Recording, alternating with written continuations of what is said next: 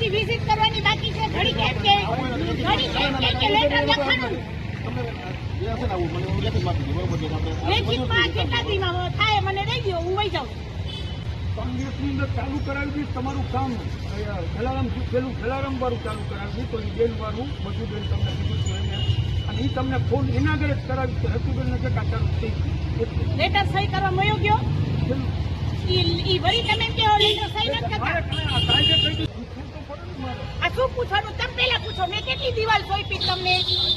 કેટલી આપણે એમ પૂછો કેટલી દિવાલનું કામ કરવાનું? 2 દિવાલ ક્યાંની? જલારામ હા અને બીજી હા. હવે ઈ શું થયું દિવાલનું? લેટર ક્યાં? લેટર ક્યાં? હલે આવો સાહેબ મને ઉભા રહ્યો સાહેબ. તમને ખબર છે સાહેબ ટૂંકું શેનું કરું? શેનું ટૂંકું કરું? લેટર સહી થઈ ગયો કરવા માટે તમે જાણ કરી કેદી કરશો? એને કેદી જાણ કરી? કોને જાણ કરી? તમે કેટલા ટાઈમથી સિવિલમાં છો?